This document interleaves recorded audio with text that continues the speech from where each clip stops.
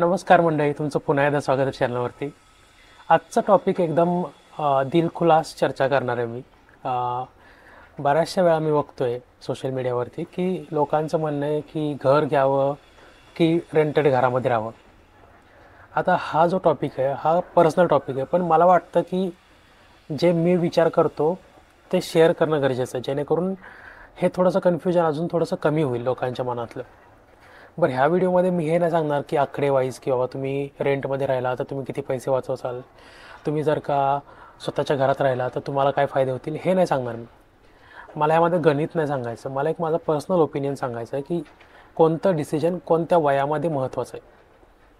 आता हा व्हिडिओ मी 3 पार्टमध्ये डिवाईड केला आहे. एक म्हणजे तुमच्या अर्ली करिअरमध्ये तुम्ही काय करायला पाहिजे, दुसरा म्हणजे तुम्ही लाँग टर्ममध्ये काय करायला पाहिजे, आणि तिसरा ज्यावेळेस तुम्ही तुमचे लहान मुलं वगैरे असतील त्यावेळेस तुम्ही काय करायला पाहिजे. तर हा व्हिडिओ बघताना तुम्ही हे गोष्ट लक्षात घ्या की हा व्हिडिओ सगळ्यांसाठी सेम नसणार आहे. प्रत्येकाच्या प्रायोरिटी वेगळ्या असू शकतात, त्यानुसार तुम्ही तुमचं डिसिजन घेऊ शकता. पण हा व्हिडिओ तुमच्या रेफरन्ससाठी तुम्ही बघू शकता. तुमचा अजून टाईम न घेता मी माझं मत काय सांगतो. पहिली गोष्ट, जेव्हा तुम्ही तुमच्या करिअरच्या अर्ली स्टेजला असता, म्हणजे समजा तुम्ही 23 ते 30 वर्षाच्या मध्ये आहात आणि तुमचा एक्सपिरियन्स असा 5 ते 6 वर्ष आहे जॉबला लागून, त्यावेळेस माझ्या मते तुम्ही रेंटच्या घरात राहणं प्रेफर केलं पाहिजे. आता त्याच्या मागं 3 कारणं आहेत. पहिली गोष्ट, एक तर तुमचं करिअर अजून नवीन सुरू झालेलं असतं, तुम्हाला आयडिया नसते की आपण कोणत्या सिटीमध्ये राहणार, पुण्यात, मुंबईला, दिल्लीला, बँगलोरला, किंवा शक्यतो आपण ॲब्रॉडसुद्धा जाऊ शकतो. तर त्यामुळे आपल्याला माहिती नसतं की आपण नक्की राहणार आहे कुठं, त्यामुळे तुम्हाला एक फ्लेक्झिबिलिटी मिळते. दुसरी गोष्ट, जेव्हा तुम्ही रेंटेड घरामध्ये राहता त्यावेळेस तुम्हाला फ्लेक्झिबिलिटी असते की तुम्ही छोट्या घरात राहू शकता. जर वाटलं तर तुम्ही छोट्या घरातून मोठ्या घरात पण जाऊ शकता. जर वाटलं की ह्या एरियात नाही राहायचं, दुसऱ्या एरियात जायचं, तुम्ही तिकडे जाऊ शकता. हे एक तुम्हाला ॲडव्हान्टेज मिळतं, तुम्हाला फ्लेक्झिबिलिटी मिळते. तिसरी गोष्ट म्हणजे, जेव्हा तुम्ही रेंटेड घरामध्ये राहताय अर्ली स्टेजमध्ये, त्यावेळेस तुम्हाला डाऊन पेमेंट नाही करायचं, तुम्हाला मेंटेनन्स नाही भरायचा, तुम्हाला लोनच्या खाली दाबून नाही राहायचं. तुम्हाला खूप सारे ऑप्शन मिळतात तुमच्या करिअरमध्ये डिसाईड करण्यासाठी. जर का तुम्ही घर घेतलं आणि तुम्ही समजा बँगलोरमध्ये राहताय, तर तुम्ही असं नाही करू शकत की मला पुण्यात चांगली ऑपॉर्च्युनिटी मिळते, मी पुण्यामध्ये राहायला जातो, असं नाही करू शकत.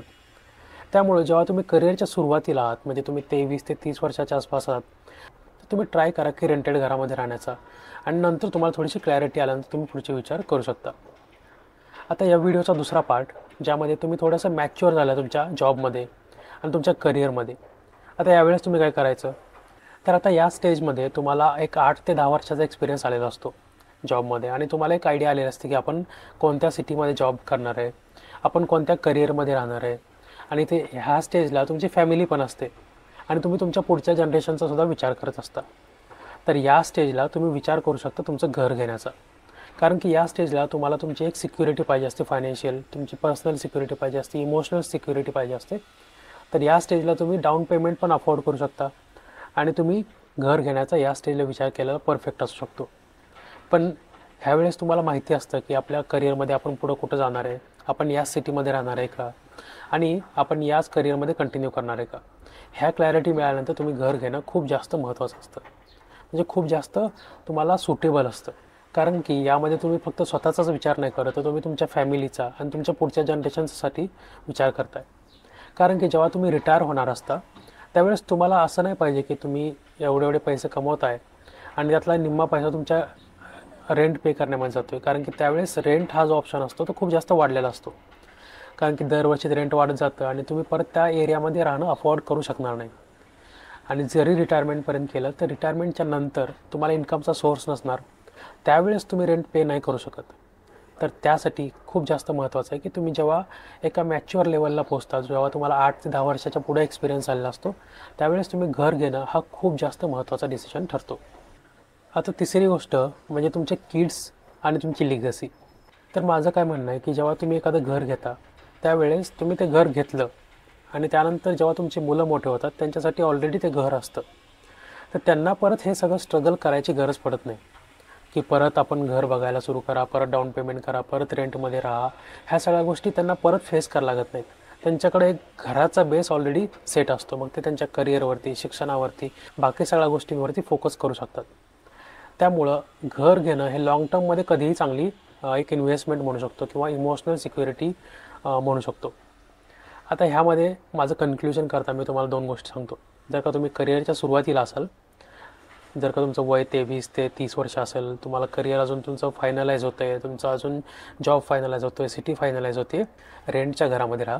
आणि जर का तुम्ही तुमच्या करिअरमध्ये ॲडव्हान्स झाला आहे, तुम्हाला सगळं कळतं आहे आता कुठं राहायचं आहे, करिअर कुठल्या डोमेनमध्ये करायचं आहे, तर तुम्ही घर घेण्याला 100% प्रेफरन्स द्या, जेणेकरून तुमचं पुढचं फ्युचर एकदम सुखकर होऊन जाईल.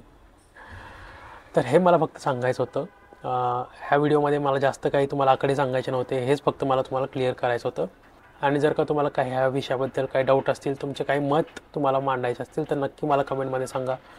आणि हे जे माझे विचार आहेत ते माझे पर्सनल आहेत, प्रत्येकाची प्रायोरिटी वेगळी असू शकते, त्यानुसार तुम्ही तुमचं जे पण प्लॅन असेल ते तुम्ही करू शकता. फक्त मला माझं एक मत जे होतं ते मला सांगायचं होतं.